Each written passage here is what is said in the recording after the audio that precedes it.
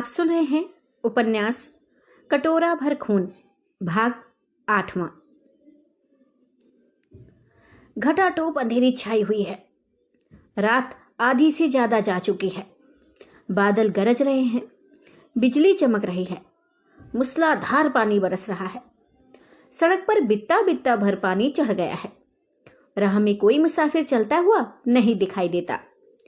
ऐसे समय में एक आदमी अपनी गोद में 3 वर्ष का लड़का लिए और उसे कपड़े से छिपाए, छाती से लगाए, मोमजामे के छाते से आड़ किए किले की तरफ लपका चला जा रहा है। जब कहीं रास्ते में आड़ की जगह मिल जाती है, अपने को उसके नीचे ले जाकर सुस्ता लेता है और तब ना बंद होने वाली बदली की तरफ कोई ध्यान न देकर पुनः चल पड़ता है। ये आदमी जब किले के मैदान में पहुंचा तो बाएं तरफ मुड़ा, जिधर एक ऊंचा शिवालय था। ये बेखौफ उस शिवालय में घुस गया और कुछ देर सभा मंडप में सुस्ताने का इरादा किया, मगर उसी समय वह लड़का रोने और चिल्लाने लगा, जिसकी आवाज सुनकर वहां का पुजारी उठा और बाहर निकलकर उस आदमी के सामने खड़ा होकर बोला, कौन है बाबू साहब? बाबू साहब? हाँ पुजारी, बहुत अच्छा किया जो आप आ गए। चाहे ये समय कैसा ही टेढ़ा क्यों ना हो, मगर आपके लिए बहुत अच्छा मौका है। बाबू साहब, केवल इस लड़के की तकलीफ का ख्याल है। पुजारी, कोई हर्ज नहीं, अब आप ठिकाने पहुंच गए, आइए हमारे साथ चलिए। उस शिवालय की दीवार किले की दीवार से मिली हुई थी और यह किला भी नाम ही को किला था। असल में तो इसे एक भारी इमारत कहना चाहिए, मगर दीवारें इसकी बहुत मजबूत और चौड़ी थी। इसमें छोटे छोटे कई तहखाने थे। यहाँ का राजा करण सिंह राठौर बड़ा ही सोम और जालिम आदमी था। खजाना जमा करने और इमारत बनाने का इसे हद से ज्यादा शौक था। खर्च के डर से वह थोड़ी ही फौज से अपना काम चलाता और महाराज नेपाल के भरोसे किसी को कुछ नहीं समझता था। हाँ, नाहर सिंह ने इसे तंग कर रखा था, जिसके सबब से इसके खजाने में बहुत कुछ कमी हो जाया करती थी। वे पुजारी पानी बरसते हुए में कंबल ओढ़कर बाबू साहब को साथ ले किले के पिछवाड़े वाले चोर दरवाजे पर पहुंचा और 2-3 दफे कुंडी खटखटाई। एक आदमी ने भीतर से किवाड़ खोल दिया और ये दोनों अंदर घुसे। भीतर से दरवाजा खोलने वाला एक बुढ़ा चौकीदार था, जिसने इन दोनों को भीतर लेकर फिर दरवाजा बंद कर दिया। पुजारी ने बाबू साहब से कहा, अब आप आगे जाइए और जल्द लौट कर आइएगा, मैं जाता हूं। बाबू साहब ने छाता उसी जगह रख दिया, क्योंकि उसकी अब यहां कुछ जरूरत नहीं थी, और लड़के को छाती से लगाए बाईं तरफ के एक दालान में पहुंचे, जहां से होते हुए एक शहर में जाकर पास की बारादरी में होकर छत पर चढ़ गए। ऊपर इन्हें 2 लौंडियां मिली, जो शायद पहले से इनकी राह देख रही थी। दोनों लौंडियों ने इन्हें अपने साथ लिया और दूसरी सीढ़ी की राह से एक कोठरी में उतर गई, जहां एक ने बाबू साहब से कहा, अब बिना राम दिन ख्वास की मदद के हम लोग तहखाने में नहीं जा सकते। आज इसको राजी करने के लिए बड़ी कोशिश करनी पड़ी। वह बेचारा नेक और रहम दिल है, इसलिए काबू में आ गया। अगर कोई दूसरा होता तो हमारा काम कभी ना चलता।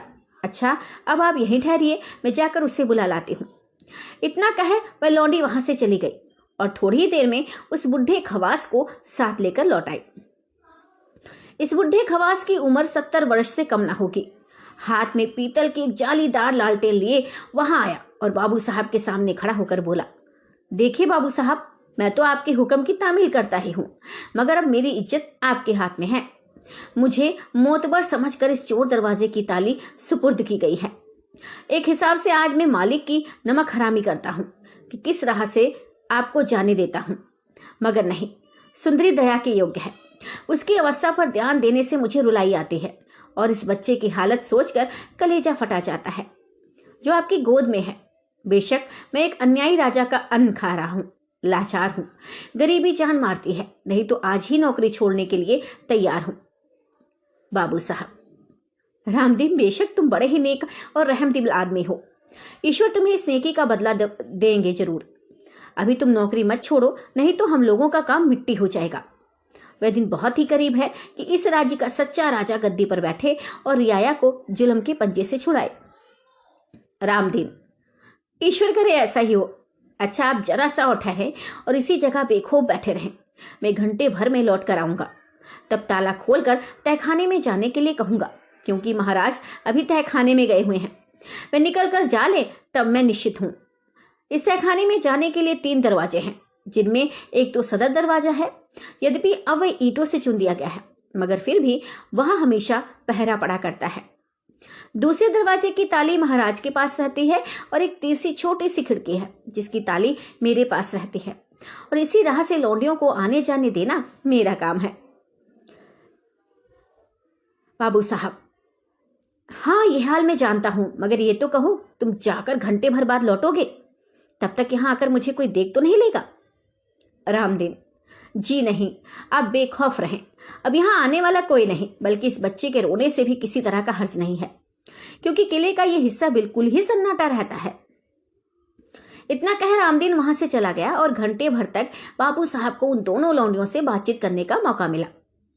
ये तो घंटे भर तक कई तरह की बातचीत होती रही, मगर उनमें से थोड़ी बातें ऐसी थी जो हमारे किस्से से संबंध रखती हैं, इसलिए उन्हें यहां पर सुना देना मुनासिब मालूम होता है। बाबू साहब, क्या महाराज कल भी आए थे? लौंडी, जी हां, मगर वह किसी तरह नहीं मानती। अगर 5-7 दिन यही हालत रही तो जान जाने में कोई शक नहीं। ऊपर से वीर सिंह की गिरफ्तारी का हाल सुनकर वह और भी बदहवास हो रही है। बाबू साहब, मगर वीर सिंह तो कैदखाने से भाग गए। दूसरी लौंडी, कब? बाबू साहब, अरे अभी घंटा भर भी तो नहीं हुआ। एक लौंडी, आपको कैसे मालूम हुआ? बाबू साहब, अरे इसके पूछने की कोई जरूरत नहीं है तुमको। लौंडी, तब तो आप एक अच्छी खुशखबरी लेकर आए हैं। आपसे कभी वीर सिंह से मुलाकात हुई है कि नहीं? बाबू साहब, हाँ, मुलाकात तो कई मर्तबे हुई है, मगर वीर सिंह मुझे पहचानते नहीं। मैं बहुत चाहता हूं कि उनसे दोस्ती पैदा करूं, मगर कोई सबब ऐसा नहीं मिलता कि जिससे वे मेरे साथ मोहब्बत करें। हाँ, मुझे उम्मीद है कि तारा की बदौलत बेशक उनसे मोहब्बत हो जाएगी। एक लौंडी, कल पंचायत होने वाली है, जिसमें यहाँ के बड़े बड़े 15 जमींदार शरीक हुए थे।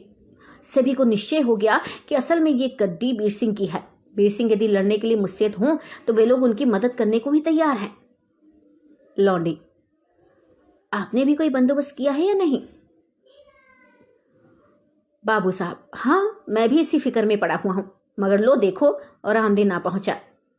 रामदीन ने पहुंचकर खबर दी कि महाराज चले गए, अब आप जाएं। रामदीन ने उस कोठरी में एक छोटी सी खिड़की खोली जिसकी ताली उसकी कमर में थी, और तीनों को उसके भीतर करके ताला बंद कर दिया और आप बाहर बैठा रहा। बाबू साहब ने दोनों लौंडियों के साथ खिड़की के अंदर जाकर देखा कि हाथ में चिराग लिए एक लौंडी इनके आने की राह देख रही है। यहां से नीचे उतरने के लिए सीढ़ियां बनी हुई थी। लौंडियों के साथ बाबू साहब नीचे उतर गए और एक कोठरी में पहुंचे, जिसमें से होकर थोड़ी दूर तक एक सुरंग में जाने के बाद एक गोल गुमटी में पहुंचे। वहां से भी और नीचे उतरने के लिए सीढ़ियां बनी हुई थी। बाबू साहब फिर से नीचे उतरे। यहाँ की जमीन सर्द और कुछतर थी। पुनः एक कोठरी में पहुंचकर लौंडी ने दरवाजा खोला और बाबू साहब को साथ लिए एक बारादरी में पहुंची। इस बारादरी में एक दीवार गिर और एक हांडी के अतिरिक्त एक मोमी शमादान भी जल रहा था। जमीन पर फर्श बिछा हुआ था। बीच में एक मसहरी पर बारीक चादर ओढ़े एक औरत सोई हुई थी। पायताना की तरफ 2 लौंडियां पंखा चल रही थी। पलंग के सामने एक पीतल की चौकी पर चांदी की 3 सुराही, एक गिलास और एक कटोरा रखा हुआ था। उसके बगल में चांदी की एक दूसरी चौकी थी, जिस पर खून से भरा हुआ चांदी का एक छोटा सा कटोरा, एक नश्तर और 2 सलाइयां पड़ी हुई थी। वह औरत जो मसहरी पर लेटी हुई थी बहुत ही कमजोर और दुबली मालूम होती थी। उसके बदन में सिवाय हड्डी के मांस या लहू का नाम ही नहीं था, मगर चेहरा उसका अभी तक इस बात की गवाही देता था कि किसी वक्त में वह निहायत खूबसूरत रही होगी। गोद में लड़का लिए हुए बाबू साहब उसके पास जा खड़े हुए और डबडबाई हुई आंखों से उसकी सूरत देखने लगे। उस औरत ने बाबू साहब की ओर देखा ही था कि उसकी आंखों से आंसू की बूंदें गिरने लगी। हाथ बढ़ाकर उठाने का इशारा किया, मगर बाबू साहब ने तुरंत उसके पास जाकर और बैठकर कहा, नहीं नहीं, उठने की कोई जरूरत नहीं, तुम आप कमजोर हो रही हो। हाय, दुष्ट के अन्याय का कुछ ठिकाना है। लो, ये तुम्हारा बच्चा तुम्हारे सामने है, इसे देखो और प्यार करो। घबराओ मत, 2 ही 4 दिन में यहाँ की काया पलट होना चाहती है। बाबू साहब ने उस लड़के को पलंग पर बैठा दिया और उस औरत ने बड़ी मोहब्बत से उस लड़के का मुंह चूमा। ताज्जुब की बात थी कि वह लड़का जरा भी न रोया और न हिचका, बल्कि उस औरत के गले से लिपट गया। जिसे देख बाबू साहब, लौंडिया और उस औरत का भी कलेजा फटने लगा और उन लोगों ने बड़ी मुश्किल से अपने को संभाला।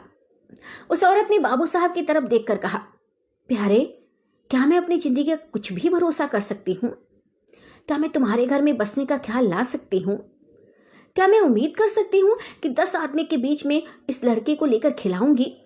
हाय, एक वीर सिंह की उम्मीद थी, सो दुष्ट राजा उसे भी फांसी देना चाहता है। बाबू साहब, प्यारी, तुम चिंता मत करो। मैं सच कहता हूं कि सवेरा होते होते इस दुष्ट राजा की तमाम खुशी खाक में मिल जाएगी और वह अपने मौत के पंजे में फंसा हुआ पाएगा। क्या उस आदमी का कोई कुछ बिगाड़ सकता है जिसका तरफदार नाहर सिंह डाकू हो? देखो, अभी 2 घंटे हुए हैं कि वह कैद खाने से वीर सिंह को छुड़ा कर ले गया। औरत, क्या नाहर सिंह डाकू वीर सिंह को छुड़ा कर ले गया? मगर वह तो बड़ा भारी बदमाश और डाकू है। वीर सिंह के साथ नेकी क्यों करने लगा? कहीं कुछ दुख ना दे। बाबू साहब, तुम्हें ऐसा नहीं सोचना चाहिए। शहर भर में जिससे पूछोगी, कोई भी नहीं कहेगा कि नाहर सिंह ने सिवाय राजा के किसी दूसरे को कभी कोई दुख दिया है। हाँ, वह राजा को बेशक दुख देता है और उसकी दौलत लूटता है, मगर इसका कोई खास सबब जरूर होगा। मैंने तो कई दफा सुना है कि नाहर सिंह छिपकर इस शहर में आया है, कई दुखियों और कंगालों को रुपए की मदद की है और कई ब्राह्मणों के घर में जो कन्यादान के लिए दुखी हो रहे थे, रुपए की थैली फेंक गया है। मुक्सर यह है कि यहाँ की कुल रियाया नाहर सिंह के नाम से मोहब्बत करती है और जानती है कि वह सिवाय राजा के और किसी को दुख देने वाला नहीं। औरत, सुना तो मैंने भी ऐसा है। अब देखें वह वीर सिंह के साथ क्या नेकी करता है और राजा का बंडा किस तरह फूटता है। मुझे वर्ष भर इस तहखाने में पड़े हो गए, मगर मैंने वीर सिंह और तारा का मुंह नहीं देखा। यूं तो राजा के डर से लड़कपन ही से आज तक मैं अपने को छिपाती चली आई और वीर सिंह के सामने क्या, किसी और के सामने भी न कहा कि मैं फलानी हूं या मेरा नाम सुंदरी है। मगर साल भर की तकलीफ ने, हाय, ना मालूम मेरी मौत कहाँ छिपी हुई है। बाबू साहब, अच्छा, उस खून से भरे हुए कटोरे की तरफ देखकर बोले, हाँ, ये खून भरा कटोरा कहता है कि मैं किसी के खून से भरा हुआ कटोरा पीऊंगा। सुंदरी, हाय, हम लोगों की खराबी के साथ इस बच्चे की भी खराबी हो रही है। बाबू साहब, ईश्वर चाहता है तो इसी सप्ताह में लोगों को मालूम हो जाएगा कि तुम कुंवारी नहीं हो और ये बच्चा भी तुम्हारा ही है। सुंदरी, परमेश्वर करे ऐसा ही हो। हाँ, उन पंचों का क्या हाल है? बाबू साहब, पंचों में जोश बढ़ता ही जाता है। अब वे लोग वीर सिंह की तरफदारी पर पूरी मुस्तैदी दिखा रहे हैं। सुंदरी, नाहर सिंह का कुछ और भी हाल मालूम हुआ है क्या? बाबू साहब, और तो कुछ मालूम नहीं हुआ, मगर एक बात नई जरूर सामने आई है। सुंदरी, वह क्या? बाबू साहब, तारा के मारने के लिए उसका बाप सुजन सिंह मजबूर किया गया था। सुंदरी, हाय, इसी कमबख्त ने तो मेरे बड़े भाई विजय सिंह को मारा है। बाबू साहब, मैं एक बात तुम्हारे कान में कहना चाहता हूं। सुंदरी, कहो। बाबू साहब ने झुककर उसके कान में कोई बात कही, जिसके सुनते ही सुंदरी का चेहरा बदल गया और खुशी की निशानी उसके गालों पर दौड़ाई। उसने चौंक कर पूछा, क्या तुम सच कह रहे हो? बाबू साहब, तुम्हारी कसम सच कहता हूं। एक लौंडी, मालूम होता है कोई आ रहा है। सुंदरी, हाय, ये क्या गजब हुआ। क्या किस्मत अब भी आराम न लेने देगी? इतने ही में सामने का दरवाजा खुला और हाथ में नंगी तलवार लिए हरि सिंह आता हुआ दिखाई दिया, जिसे देखते ही बेचारी सुंदरी और कुल लौंडियां कांपने लगी। बाबू साहब के चेहरे पर भी एक दफे तो उदासी आई, मगर साथ ही वह निशानी पलट गई और होठों पर मुस्कुराहट मालूम होने लगी। हरि सिंह मसहरी के पास आया और बाबू साहब को देखकर ताज्जुब से बोला, तू कौन है? बाबू साहब, मैं ते मेरा नाम पूछकर क्या करेगा वे तू? हरि सिंह, तू यहां क्यों आया है? आज तुम सभी की मस्करी खुल गई। बाबू साहब, अबे तू मेरे सामने हो और मुझसे बोल, औरतों को क्या धमकाता है? हरि सिंह, तुझसे तो मैं बातें नहीं करना चाहता। तुझे तो गिरफ्तार करके सीधे महाराज के पास ले जाऊंगा, वहीं जो कुछ होगा देखा जाएगा। बाबू साहब, मैं तुझे और तेरे महाराज को तिनके के बराबर भी नहीं समझता। तेरी क्या मजाल कि मुझे गिरफ्तार करे। इतना सुनना था कि हरि सिंह गुस्से से कांप उठा। बाबू साहब के पास आकर उसने तलवार का एक वार किया। बाबू साहब ने फुर्ती से उठकर उसका हाथ खाली दिया और घूमकर उसकी कलाई पकड़ ली तथा इस जोर से झटका दिया कि तलवार उसके हाथ से दूर जा गिरी। अब दोनों में कुश्ती होने लगी। थोड़ी ही देर में बाबू साहब ने उसे उठाकर दे मारा।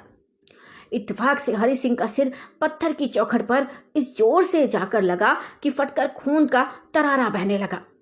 साथ ही इसके एक लौंडी ने लपक कर हरि सिंह के हाथ की गिरी हुई तलवार उठा ली और एक ही वार में हरि सिंह का सिर काट कलेजा ठंडा किया। बाबू साहब, हाय तुमने ये क्या किया? लौंडी, इस हरामजादे का मारा ही जाना बेहतर था, नहीं तो ये बड़ा फसाद मचाता। बाबू साहब, खैर जो हुआ अब मुनासिब है कि हम इसे उठाकर बाहर ले जाएं और किसी जगह गाड़ दें कि किसी को पता ना चले। बाबू साहब पलटकर सुंदरी के पास आए और उसे समझा बुझाकर बाहर जाने की इजाजत ली। एक लौंडे ने लड़के को गोद में लिया। बाबू साहब ने उसी जगह से एक कंबल लेकर हरि सिंह की लाश बांध पीठ पर ला दी और जिस तरह से इस तहखाने में आए थे उसी तरह बाहर की तरफ रवाना हुए। जब उस खिड़की तक पहुंचे जिसे रामदीन ने खोला था तो भीतर से कुंडा खटखटाया। रामदीन बाहर मौजूद था। उसे झट दरवाजा खोल दिया और ये दोनों बाहर निकल गए। रामदीन बाबू साहब की पीठ पर गट्ठर देख चौंका और बोला, आप ये क्या गजब करते हैं? मालूम होता है आप सुंदरी को लिए जाते हैं। नहीं नहीं, ऐसा ना होगा, हम लोग मुफ्त में फांसी पाएंगे। इतना ही बहुत है कि मैं आपको सुंदरी के पास जाने देता हूं। बाबू साहब ने गठरी खोलकर हरि सिंह की लाश दिखा दी और कहा, रामदीन, तुम ऐसा ना समझो कि हम तुम्हारे ऊपर किसी तरह की आफत लाएंगे। ये कोई दूसरा ही आदमी है जो उस समय सुंदरी के पास आ पहुंचा जिस समय मैं वहां पर मौजूद था। लाचार ये समझकर इसे मारता ही पड़ा कि मेरा आना जाना किसी को मालूम ना हो और तुम लोगों पर आफत ना आए। लौंडी, अजी ये वही हरामजादा हरि सिंह है जिसने मुद्दत से हम लोगों को तंग कर रखा था। रामदेव, हाँ, अगर ये ऐसे समय में सुंदरी के पास पहुंच गया तो इसका मारा जाना ही बेहतर था, मगर इसे किसी ऐसी जगह गाड़ना चाहिए कि पता ना लगे। बाबू साहब, इससे तुम बेफिक्र हो, मैं सब बंदोबस्त कर लूंगा। बाबू साहब जिस तरह इस किले के अंदर आए थे वह हम ऊपर सुना आए हैं। उसे दोहराने की तो कोई जरूरत है नहीं, सिर्फ इतना सुना देना बहुत है कि पीठ पर गट्ठर लादे वे उसी तरह किले के बाहर हो गए और मैदान में जाते हुए दिखाई देने लगे। सिर्फ अब की दफा इनके साथ गोद में लड़के को उठाए एक लौंडी मौजूद थी। पानी का बरसना बिल्कुल बंद था और आसमान पर तारे छिटके हुए दिखाई देने लगे थे। बाबू साहब ने शिवालय की तरफ ना जाकर दूसरी ही तरफ का रास्ता लिया, मगर जब वे सन्नाटे खेत में निकल गए तो हाथ में कंडासा लिए दो आदमियों ने इन्हें घेर लिया और डांट कर कहा, खबरदार, आगे कदम न बढ़ाइयो, गट्ठर मेरे सामने रख और बता तू कौन है, बेशक किसी की लाश लिए जाता है। बाबू साहब, हाँ, बेशक इस गट्ठर में लाश है और उस आदमी की लाश है जिसने यहाँ की कुल रियाया को तंग कर रखा था। जहां तक मैं ख्याल करता हूं इस राज्य में कोई आदमी ऐसा नहीं होगा जो इस पैगंबर का मरना सुन खुश ना होगा। मुसाफिर, अगर तुम कैसे समझते हो कि हम भी खुश होंगे? बाबू साहब, इसलिए कि तुम राजा के तरफदार नहीं मालूम पड़ते। दूसरा मुसाफिर, खैर जो हो, हमें जानना चाहते हैं कि लाश किसकी है और तुम्हारा क्या नाम है? बाबू साहब गट्ठर जमीन पर रखकर बोले, ये लाश हरि सिंह की है, मगर मैं अपना नाम तब तक नहीं बताने का जोखिम करूंगा जब तक तुम्हारा नाम ना सुन लूं। पहला मुसाफिर, बेशक ये सुनकर कि ये लाश हरि सिंह की है मुझे भी खुशी हुई और अब यह कह देना उचित समझता हूं कि मेरा नाम नाहर सिंह है। मैं कल उम्मीद करता हूं कि तुम हमारे पक्षपाती हो, लेकिन अगर ना भी हो तो मैं किसी तरह तुमसे डर नहीं सकता। बाबू साहब, मुझे यह सुनकर बड़ी खुशी हुई कि आप नाहर सिंह हैं। बहुत दिनों से मैं आपसे मिलना चाहता था, मगर पता न जानने से लाचार था। क्या ही अच्छा होता अगर इस समय वीर सिंह से भी मुलाकात हो जाती। दूसरा मुसाफिर, वीर सिंह से मिलकर तुम क्या करते? बाबू साहब, उसे होशियार कर देता कि राजा तुम्हारा दुश्मन है और कुछ हाल उसकी बहन सुंदरी का भी बताता जिसका उसे ख्याल भी नहीं है, और यह भी कह देता कि तुम्हारी स्त्री तारा बच गई मगर अभी तक मौत उसके सामने नाच रही है। आपकी कृपा होगी तो मैं वीर सिंह से मिल सकूंगा, क्योंकि आज ही आपने उन्हें कैसे छुड़ाया है। नाहर, अब मैं समझ गया कि आपका नाम बाबू साहब है। नाम तो कुछ दूसरा ही है, मगर दो चार आदमी आपको बाबू साहब के नाम से ही पुकारते हैं, क्यों, है ना? ठीक है। बाबू साहब, हाँ, है तो ऐसा ही। नाहर, मैं आपका पूरा हाल नहीं जानता, हाँ जानने का उद्योग कर रहा हूँ। अच्छा, अब हमको भी साफ साफ कह देना मुनासिब है कि मेरा नाम नाहर सिंह नहीं है, हम दोनों उनके नौकर हैं। हाँ, ये सही है कि वे आज वीर सिंह को छुड़ाकर अपने घर ले गए हैं। जहां आप चाहें तो नाहर सिंह और वीर सिंह से मिल सकते हैं। बाबू साहब, मैं जरूर उनसे मिलूंगा। पहला आदमी, और ये आपके साथ लड़का लिए कौन है? बाबू साहब, इसका हाल तुम्हें नाहर सिंह के सामने ही मालूम हो जाएगा। पहला मुसाफिर, तो क्या आप अभी वहां चलने के लिए तैयार हैं? बाबू साहब, बेशक। पहला मुसाफिर, अच्छा तो आप इस गट्ठर को मेरे हवाले कीजिए, मैं इसे इसी जगह खपा डालता हूं। केवल इसका सिर मालिक के पास ले चलूंगा। इस लड़के को गोद में लीजिए और इस लौंडी को विदा कीजिए। चलिए, सवारी भी तैयार है। बाबू साहब ने उस लौंडी को विदा कर दिया। एक आदमी ने उस गट्ठर को पीठ पर लादा। बाबू साहब ने लड़के को गोद में लिया और उन दोनों के पीछे रवाना हुए। मगर थोड़ी ही दूर गए थे कि पीछे से तेजी के साथ दौड़ते हुए आने वाले घोड़ों के ठापों की आवाज इन तीनों के कानों में पड़ी। बाबू साहब ने चौंक कर कहा, ताज्जुब नहीं कि हम लोगों को गिरफ्तार करने के लिए सवार आते हों।